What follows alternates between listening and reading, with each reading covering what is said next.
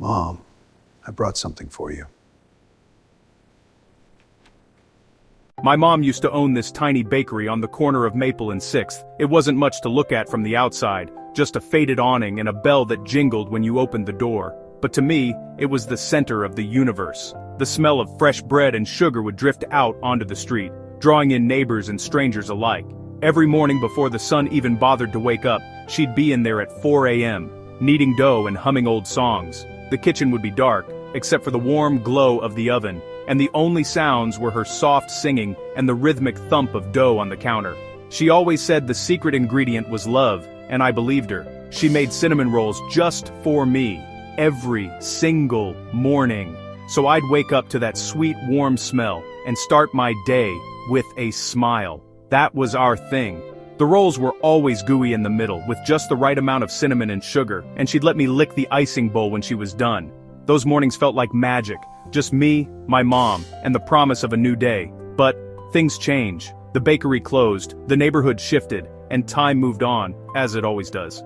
The laughter and warmth faded from those early mornings, replaced by silence and memories that grew more distant with each passing year. These days my mom lives in a care home. She has dementia. Most days she doesn't recognize me. Sometimes she doesn't even remember her own name.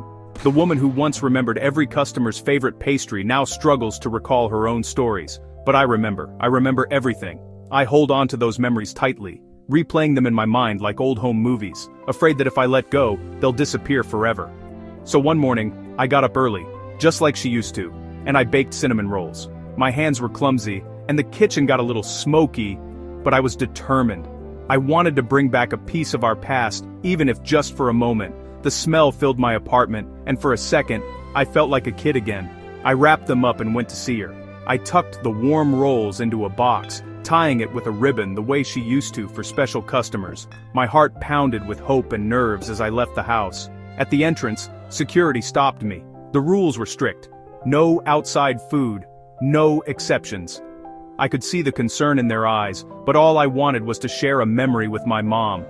Rules are rules. This isn't allowed.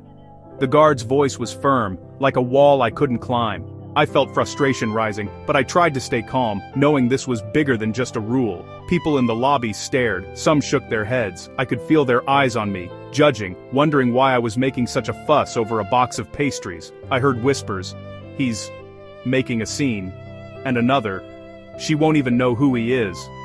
I felt embarrassed, small, but I also felt a stubborn spark inside me, a need to try no matter what anyone thought. But I took a breath and asked, "Please, just let her smell it." I explained how much it meant, how maybe, just maybe, the scent would reach a part of her memory that words couldn't. The nurse hesitated. For a second I thought she'd say no. Then she nodded. Her eyes softened and I could tell she understood what I was hoping for. I opened the bag. A wave of cinnamon and butter filled the room. It smelled like home. The aroma seemed to wrap around us, gentle and familiar, like a warm embrace from the past. My mom's hands trembled, her nose twitched, and then, her eyes changed. For a moment, the fog seemed to lift, and I saw a spark of recognition. The nurse gasped, "Oh my God!" Even she could feel the shift in the room, the sudden electricity of memory returning. My mom looked right at me. For a second, she was back. Her gaze was clear, focused, and full of the love I remembered. "Did you burn the first batch again, like always?" Her voice was clear, and so full of life, it made everyone freeze. It was as if time had rewound, and we were back in that little bakery kitchen. I laughed, even as tears ran down my face. "Yeah, Mom. I always did." The room felt lighter, as if the years of loss and confusion had melted away, if only for a heartbeat. She reached up and cupped my cheek, her touch gentle, familiar. It was the same way she used to comfort me as a child, and I closed my eyes, savoring the moment. "My little baker. I knew you'd come back."